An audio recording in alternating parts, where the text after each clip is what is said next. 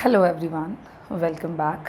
Previous class में हम लोगों ने कंजम्पशन के पहले लॉ को डिस्कस कर लिया है, जिसका नाम था law of diminishing marginal utility.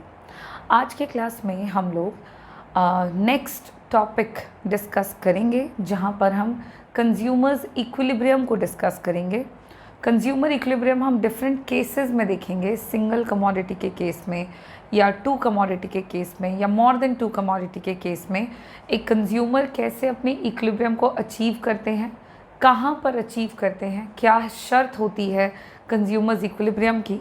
इन बातों को आज के क्लास में डिस्कस करेंगे। चलिए शुरू करते हैं आज के क्लास को, जहाँ पर आज का टॉपिक है हमारा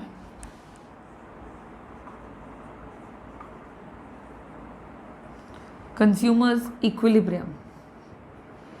देखिए, कंज्यूमर इक्विलिब्रियम के बारे में हम लोगों ने पढ़ा है कि कंज्यूमर इक्विलिब्रियम का मतलब हो गया वो लेवल ऑफ कंजम्पशन जिसको करके consumer will get maximum level of satisfaction. ठीक है, लेकिन अगर हम कंज्यूमर्स इक्विलिब्रियम की बात कर रहे हैं तो कंज्यूमर्स इक्विलिब्रियम को हम यहाँ पे दो केसेस में देखते हैं। एक तो सिंगल कमोडिटी, एक हम देखेंगे सिंगल कमोडिटी, और एक हम डिस्कस करेंगे टू कमोडिटी या फिर मोर देन टू कमोडिटी। यहाँ पे जो ये आपका दो केसेस हो जाएगा, ये दो केसेस में हम कंज्यूमर्स इक्विलिब्रियम निकालेंगे। अब कंज्यूमर इक्विलिब्रियम डिस्कस करने से पहले हम थोड़ा और जान लें बेसिक में ये जानना है कि कंज्यूमर्स इक्विलिब्रियम निकालने के लिए हम इस्तेमाल क्या क्या करने वाले हैं। तो देखो, कंज्यूमर्स इक्विलिब्रियम जो है वो यूटिलिटी मेथड से हम निकालेंगे। यूटिलिटी मेथड से ही हम डिस्कस करेंगे, और in case of more than two commodity हम यूटिलिटी मेथड के अलावा भी एक दो मेथड जो है वो डिस्कस करेंगे। तो जैसे जैसे बात करते चलेंगे हम उसके बारे में जानेंगे आगे। तो चलिए शुरू करते हैं, और शुरुआत करेंगे सबसे पहले सिंगल कमोडिटी के केस में किस तरह से निकाला जाता है कंज्यूमर्स इक्विलिब्रियम ये। और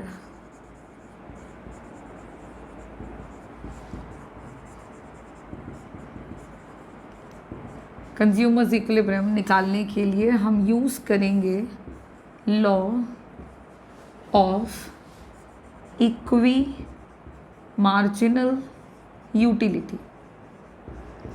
एक लॉ हम यूज़ करेंगे कंज्यूमर्स इक्विलिब्रियम को समझने के लिए। तो क्या लॉ है, लॉ क्या एक्सप्लेन करता है, ज़रा सा इसको डिस्कस कर लिया जाए पहले।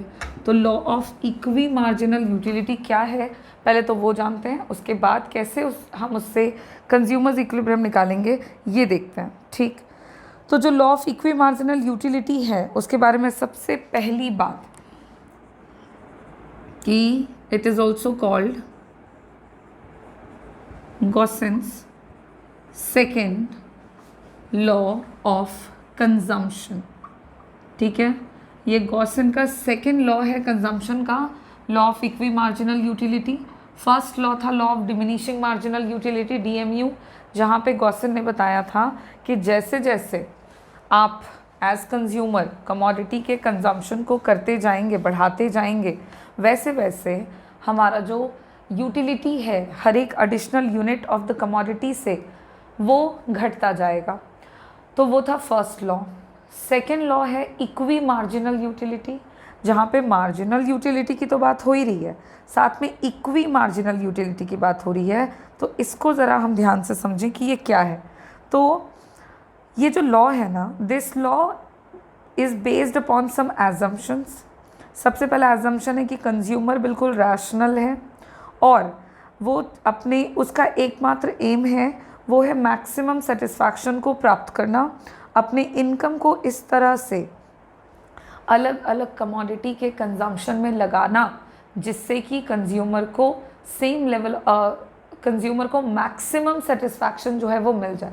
तो ये बात हम मान के चलते हैं इस लॉ के अंदर, कंज्यूमर रैशनल है, सबसे ज़्यादा सेटिस्फैक्शन चाहता है और वो कंजम्पशन करने के लिए अपने इनकम को प्रॉपर तरीके से डिस्बर्स करता है, यानी कि डिस्ट्रीब्यूट करता है डिफरेंट गुड्स पर। अब है कि on the basis of law of substitution, चूँकि हमने एक लॉ पढ़ा हुआ है लॉ ऑफ सब्सटीट्यूशन, जहाँ पर हमने देखा कि कंज्यूमर जो होता है वो एक आइटम को रिप्लेस कर सकता है दूसरे कमोडिटी के कंजम्पशन के साथ, और इस तरह से वो लेस यूज़फुल गुड्स और मोर यूज़फुल गुड्स के बीच में एक दूसरे को रिप्लेस करते हुए अपने कंजम्पशन के कॉम्बिनेशन को चुनता चला जाता है। तो इस तरह से जब एक कंज्यूमर करता है कि वो अपने एक कमोडिटी के कंजम्पशन को रिप्लेस कर रहा है दूसरे कमोडिटी के कंजम्पशन के साथ, तो यहाँ पर अगर हम इक्विलिब्रियम की बात करेंगे तो वो हमें पता नहीं चल पाएगा, क्योंकि कंज्यूमर हर बार कमोडिटी का कंजम्पशन जो है वो चेंज कर देता है। इसलिए हम लोगों को सेकेंड लॉ ऑफ कंजम्पशन यानी कि इक्वी मार्जिनल यूटिलिटी जो लॉ है इसका इस्तेमाल करना पड़ेगा कंज्यूमर्स इक्विलिब्रियम निकालने के लिए, जहाँ पर ये लॉ आपको बतलाता है। ये लॉ आपको क्या बतलाता है? तो according to the equi marginal utility law, this law states that consumer will distribute his money. इसको हम लिखते हैं, इसके स्टेटमेंट को हम लिख देते हैं। According to this law, or you can say this law states that a consumer, ठीक है, एक कंज्यूमर जो है वो a consumer will distribute his income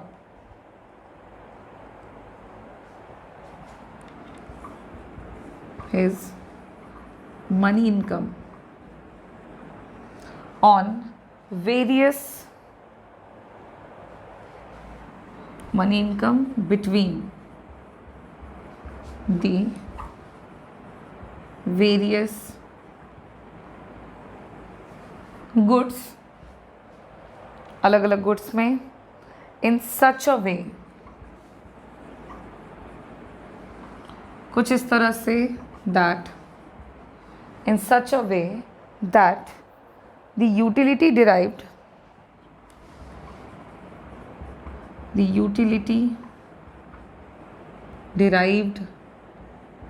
from every last unit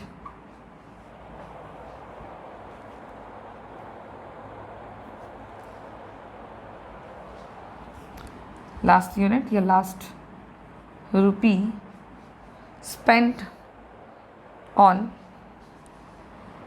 derived from every, हटा देते हैं यहाँ पे, देखो derived from last rupee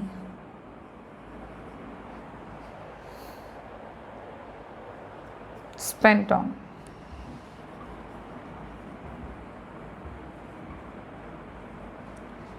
on good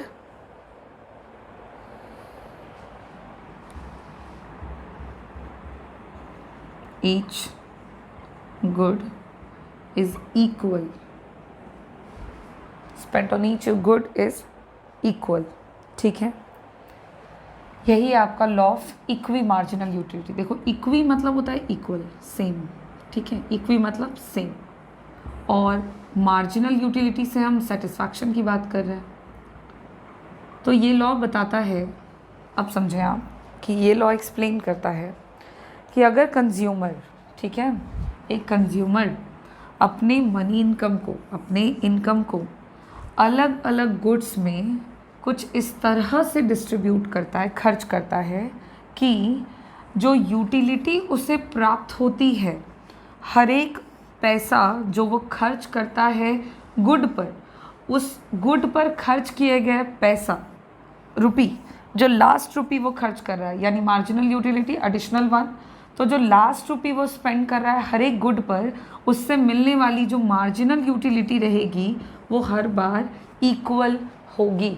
यही बताता है law of equi marginal utility कि एज अ कंज्यूमर आप पैसा खर्च करते हैं, पैसा जैसे जैसे आप खर्च करते जाते हैं हर एक कमोडिटी पर, तो हर एक कमोडिटी के लास्ट यूनिट से जो सेटिस्फैक्शन प्राप्त होगा कंज्यूमर को, वो सेटिस्फैक्शन जो है वो हर बार हर एक लास्ट यूनिट से सेम हो रहेगा।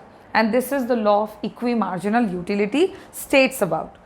इन अदर वर्ड्स, आप दूसरे शब्दों में भी इस लॉ को क्या कह सकते हैं, कैसे समझ सकते हैं, तो दूसरे शब्दों में कहते हैं कि कंज्यूमर जो है वो इक्विलिब्रियम पोजीशन पर होंगे तब जब marginal utility of money expenditure on each good is the same. मतलब जितने भी कमोडिटी पर पैसा खर्च किया जा रहा है, तो हर एक कमोडिटी के लास्ट यूनिट पर, जैसे मान लो कि पहला यूनिट कंज्यूम किया, उससे मार्जिनल यूटिलिटी मिला 8, और उस एक यूनिट का, ये मार्जिनल यूटिलिटी है, ध्यान दीजिएगा, और this is quantity and this is price.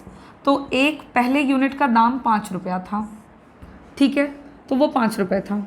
फिर सेकेंड यूनिट कंज्यूम किया गया, तो उससे जो मार्जिनल यूटिलिटी मिल रही है वो सपोज़ 5 मिल रही है, और मनी इनकम जो आपने पैसा पे किया वो 5 किया। तो कह रहा है कि हर एक यूनिट पर जो रुपया खर्चा किया जा रहा है, उस रुपए को खर्च करके जो सेटिस्फैक्शन मिल रहा है, वो सेटिस्फैक्शन हर बार हर यूनिट के लिए सेम रहेगा। और यही आपका कंडीशन है for the law of equi marginal utility. देखिए, इस लॉ को बहुत ज़्यादा डिटेल में एक्सप्लेन नहीं करना है हम लोगों को, सिलेबस में नहीं है, बट क्योंकि हम इस लॉ का इस्तेमाल करके कंज्यूमर इक्विलिब्रियम निकालेंगे, इसलिए इस लॉ को आपको मैंने एक्सप्लेन कर दिया है। Now come to the point, हम बात कर रहे हैं कंज्यूमर्स इक्विलिब्रियम की, और अब हम बात करेंगे पहले केस की, इन केस ऑफ सिंगल कमोडिटी।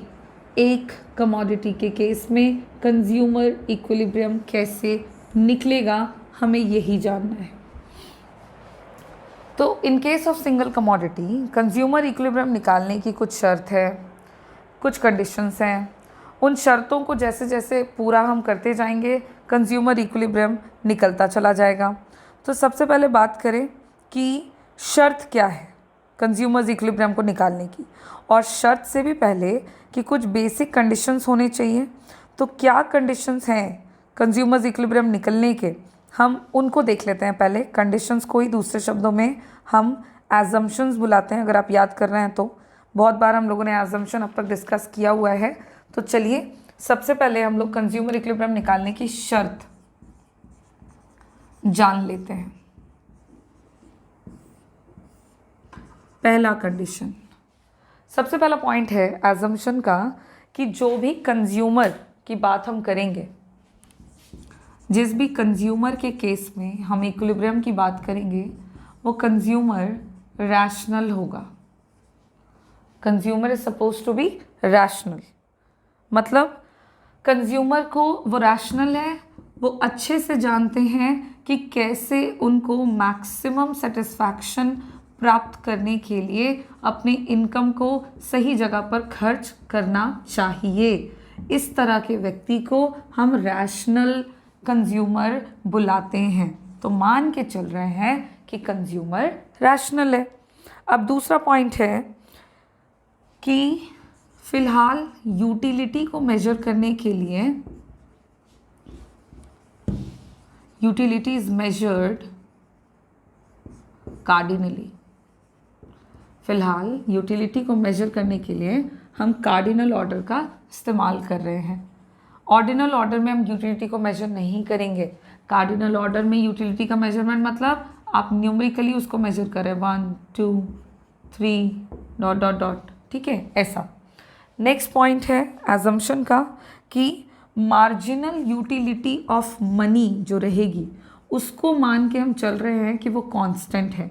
मतलब यहाँ पर law of equi marginal utility applicable हो रहा है। हर बार जो पैसा खर्च किया जाएगा लास्ट यूनिट पर कमोडिटी के ऊपर, उस पैसे को खर्च कर कर जो सेटिस्फैक्शन कंज्यूमर को प्राप्त होगा, हम मान के चलेंगे कि वो कांस्टेंट होगा, यानी law of equi marginal utility applicable रहेगा। एंड नेक्स्ट पॉइंट है कि कमोडिटी का प्राइस और कंज्यूमर का इनकम, इसमें आपको किसी भी तरह का कोई चेंज नज़र नहीं आएगा, नो चेंज इन प्राइस और इनकम, जिसको आप दूसरे शब्दों में कह सकते हैं कि देयर इज प्राइस और इनकम रिमेन्स कांस्टेंट। प्राइस और इनकम में कोई चेंज नहीं आएगा, वो एक सर्टेन टाइम पीरियड के लिए कांस्टेंट है, फिक्स्ड है। और इन कंडीशंस के साथ अब हम लोग कंज्यूमर्स इक्विलिब्रियम को निकालते हैं।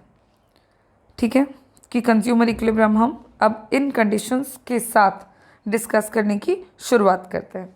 तो आइए देखें कि according to law of equi marginal utility in case of single commodity consumer equilibrium निकालने की क्या शर्त है। तो कंज्यूमर इक्विलिब्रियम निकालने का एक जनरल कंडीशन होगा, एकमात्र कंडीशन होगा, एंड सच कंडीशन इज कि अगर marginal utility of x, suppose that single commodity के तौर पर एक्स कमोडिटी का कंजम्पशन हो रहा है, तो एक्स कमोडिटी को कंज्यूम करके जो मार्जिनल यूटिलिटी मिलेगी, उस मार्जिनल यूटिलिटी को हम देखेंगे अगर वो बराबर है प्राइस के, उस कीमत के जो कीमत चुकाई जाएगी कमोडिटी को परचेज करने के लिए, यानी प्राइस पे किया गया तो सैक्रिफाइस किया गया, सैक्रिफाइस जो किया गया इन टर्म्स ऑफ मनी, अगर वो बराबर है उस सेटिस्फैक्शन के, जो सेटिस्फैक्शन आपको कंजम्पशन करके मिला, तो this level is called consumers equilibrium. जहाँ पे ये दोनों बात बराबर हो जाएगी, वही पॉइंट कंज्यूमर के लिए इक्विलिब्रियम का पॉइंट होगा। अब इस बात को, इस कंडीशन को हम टेबल से प्रूफ करके देखेंगे। कंज्यूमर इक्विलिब्रियम निकालने की शर्त है ये कि marginal utility must be equal to price, तो कंज्यूमर इक्विलिब्रियम वहीं पर सेटिस्फाई हो जाएगा। अब हम लोग सिंगल कमोडिटी के केस में इसी शर्त को एक टैबुलर फॉर्म में डिस्कस करेंगे और प्रूफ करेंगे कि ऐसा होता है या नहीं होता है।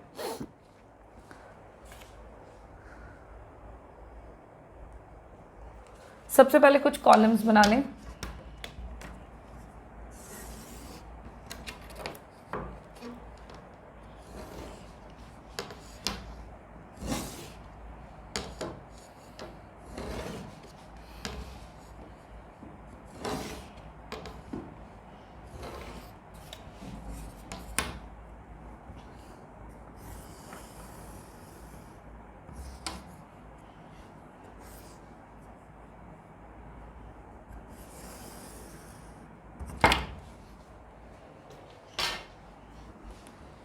अब यहाँ पर हम एक तरफ ले लेंगे सबसे पहले तो क्वांटिटी कमोडिटी की जो कंज्यूम की जा रही है, क्वांटिटी ऑफ द कमोडिटी जिसका कंजम्पशन हो रहा है उसको हम ले लेंगे यूनिट्स में।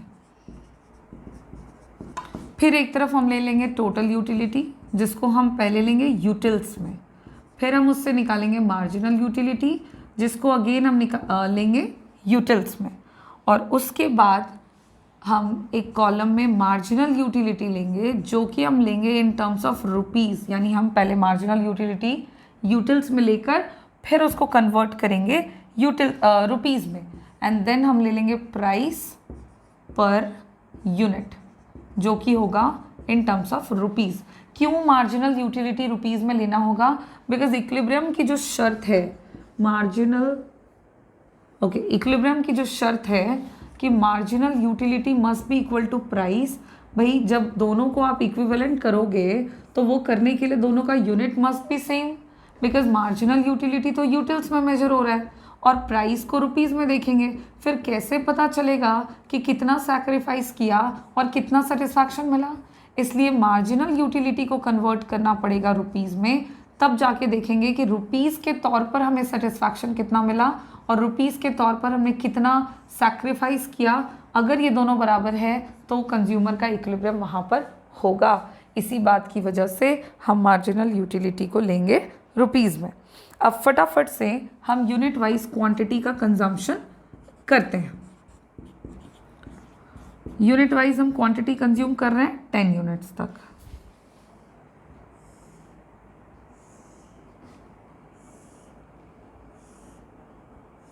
ठीक है, टोटल यूटिलिटी जो हम ले रहे हैं वो ले रहे हैं हम फर्स्ट यूनिट से 20, सेकेंड यूनिट से 42, थर्ड यूनिट से 60। टोटल यूटिलिटी जो है वो लगातार आपकी बढ़ती जा रही है।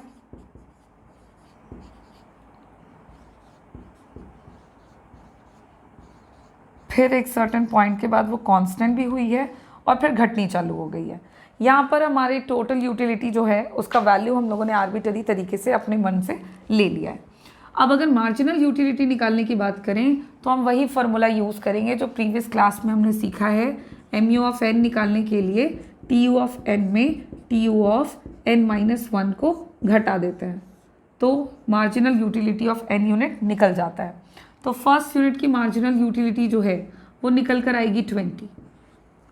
सेकेंड यूनिट की मार्जिनल यूटिलिटी निकालने के लिए क्या करना पड़ेगा, तो 42 में 20 को घटाइएगा तो आ जाएगा 18। ठीक है, हाँ, तो आ जाएगा आपका 2।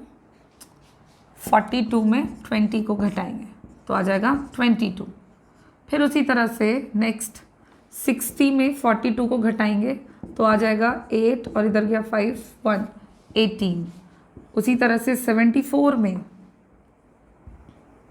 60 को घटाए तो आएगा 14। फिर 85 में 74 को घटाएंगे तो आएगा 11। उसी तरह से घटाते जाइए फटाफट से, तो 93 में 85 घटेगा तो हो जाएगा 8। 97 में 93 जाएगा तो बचेगा 4। 99 में 97 घटेगा तो बचेगा 2। 99 में 99 घटाइए तो 0 और 92 में 99 घटाइए तो आ जाएगा -7। इस तरह से हम लोगों ने यहाँ पे मार्जिनल यूटिलिटी भी निकाल लिया with the help of total utility. अब जब टोटल यूटिलिटी के साथ मार्जिनल यूटिलिटी हमने निकाला तो अब हम लोगों को क्या करना है, ये जो मार्जिनल यूटिलिटी है ये आपका यूटिल्स में है ना। टोटल यूटिलिटी भी यूटिल्स में था। अब इस मार्जिनल यूटिलिटी को हम marginal utility in terms of rupees में कन्वर्ट करेंगे। तो कन्वर्जन करने के लिए हम एक जनरली या हाइपोथेटिकली इस बात को अज्यूम कर रहे हैं कि 1 rupees is equals to 4 utils. ₹1 is equals to 4 utils. 1 रुपया बराबर 4 यूटिल्स है, ताकि हम इसको कन्वर्ट कर सकें। यहाँ पे 4 मैंने कैसे लिया, अपने मन से। ठीक है, आप यहाँ पे कुछ भी मानते हुए इसको दिखा सकते हैं। और चूँकि हाइपोथेटिकल टर्म्स हैं तो इसके लिए आपके पास कोई प्रॉपर तरीका भी है नहीं, तो इसलिए आप इसको हाइपोथेटिकली ही लेके समझेंगे। अब आपको इस मार्जिनल यूटिलिटी को इसमें कन्वर्ट करना है, तो 20 यूटिल्स को कन्वर्ट करने के लिए इन टर्म्स ऑफ रुपीज़ 4 से सिंपली डिवाइड कर देंगे। इस तरह से हर एक वैल्यू को डिवाइड करते हुए we'll get the marginal utility in terms of rupees. देखो यहाँ 20/4 is equals to 5, 22/4 is equals to 5.5, then 18/4 तो हो जाएगा 4.5, 14/4 तो हो जाएगा 3.5, 11/4 2.75, 8/4 2, 4/4 1, 2/4 2/4 हो जाएगा आपका कितना 0.5, ओके, 0/4 0 और -7/4 हो जाएगा आपका -1.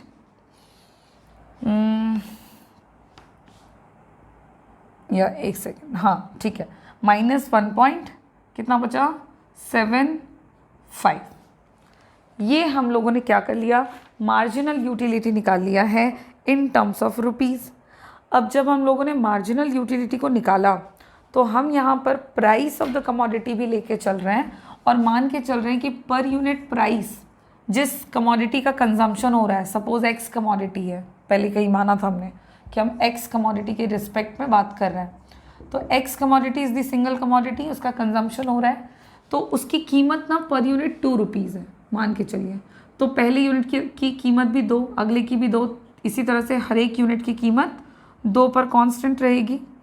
अब आप देखो कि कहाँ पर, किस लेवल ऑफ आउटपुट के कंजम्पशन पर मार्जिनल यूटिलिटी प्राइस के बराबर है। जब हम इस चीज़ को चेक कर रहे हैं तो हम लोगों को मार्जिनल यूटिलिटी प्राइस के बराबर मिला,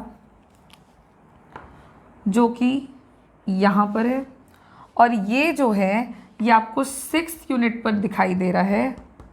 यस, ये आपको 6 यूनिट पर दिखाई दे रहा है। तो ये जो 6 यूनिट है ये कंज्यूमर का इक्विलिब्रियम होगा अकॉर्डिंग टू दिस कॉन्सेप्ट, जहाँ पर मार्जिनल यूटिलिटी हमेशा प्राइस के बराबर होगा। मतलब यहाँ पे छठा यूनिट कंज्यूम किया है तो जो प्राइस चुकाया गया कंज्यूमर के द्वारा, उस प्राइस पर कंज्यूमर को उतना ही सेटिस्फैक्शन भी मिला, यानी कि अब कंज्यूमर इस छठे यूनिट के आगे कंजम्पशन को कंटिन्यू नहीं करना चाहेंगे और ना ही इस छठे यूनिट से पहले वो अपने कंजम्पशन को रोकना चाहेंगे। तो कंज्यूमर इक्विलिब्रियम की जो शर्त है, price is equals to marginal utility, that has to be, this शर्त, this condition is proved with the help of this table. Now इसी कंडीशन को अब हम लोग ग्राफ से बनाकर देख लेते हैं कि ग्राफिकली अगर कंज्यूमर इक्विलिब्रियम निकालने की बारी आती है तो वो हम लोग कहाँ पर निकालते हैं, कैसे निकलेगा कंज्यूमर इक्विलिब्रियम। तो इसके लिए आप लोगों को सबसे पहले तो ग्राफ बना लेने के लिए एक्स और वाई एक्सेस फटाफट से ड्रॉ कर लेना है।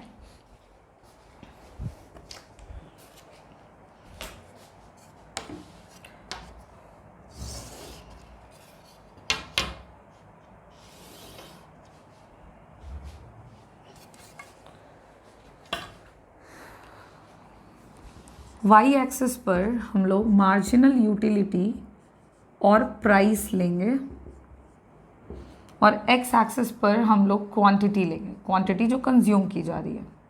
ठीक है, स्केलिंग हम नॉर्मली करते हैं जैसे दिया हुआ है 1 2 3 4 5 6 7 8 9 और 10।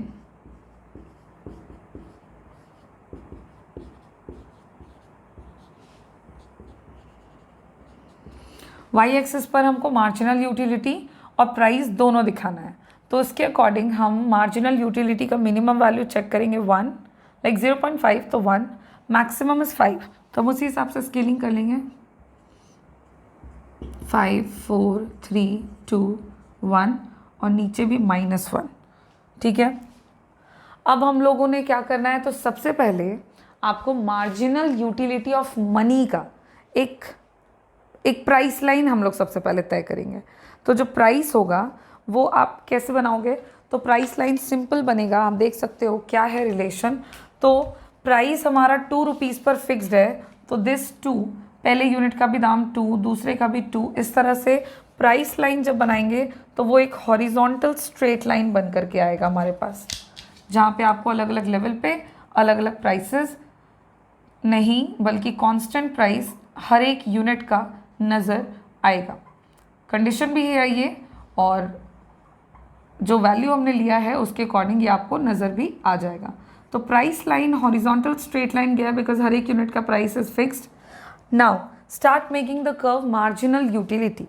तो मार्जिनल यूटिलिटी का जो कर्व हम बनाएंगे तो बिल्कुल वैसे ही जैसे अब तक बनाते आए हैं, कॉमन पॉइंट्स वगैरह देते हुए हम ये काम करेंगे।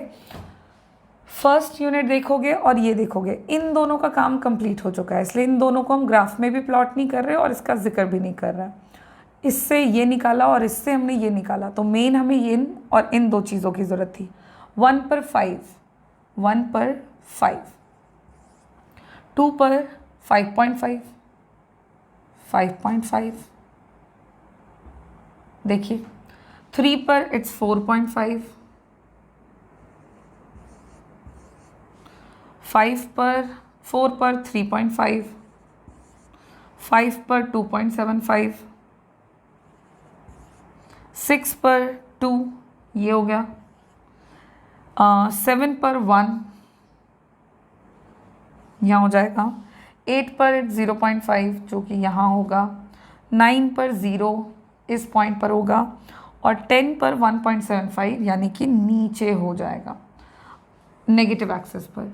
अब सारे पॉइंट्स मिल गए हैं, अब इन सारे पॉइंट्स को सिंपली आपको मिलाना है। जब आपने इन सारे पॉइंट्स को मिलाया then you will get the marginal utility का curve which is downward sloping. और यहाँ पर आपको एक पॉइंट नज़र आ रहा है जिस पॉइंट पर प्राइस लाइन को मार्जिनल यूटिलिटी के लाइन ने कट किया है, इंटरसेक्ट किया है, यानी कि ये इक्विलिब्रियम की शर्त यहाँ पर पूरी हो रही है। और इसको ले जाकर जब आप एक्स एक्सिस पर मिलाते हो तो जिस यूनिट पर ये मिलता है this unit is considered as consumers equilibrium. तो एज पर दिस टेबल और the diagram consumers equilibrium will be at 6th unit of the output consumption, क्योंकि इसी 6 यूनिट पर मार्जिनल यूटिलिटी कमोडिटी के प्राइस के बराबर है। तो इन case of single commodity consumer equilibrium निकालने का यही तरीका है। इसी के साथ हमारा पहला तरीका मार्जिनल यूटिलिटी और प्राइस लाइन की मदद से कंज्यूमर्स इक्विलिब्रियम निकालने का कंप्लीट होता है। नेक्स्ट क्लास में हम सेकंड केस डिस्कस करेंगे जो कि होगा केस बी।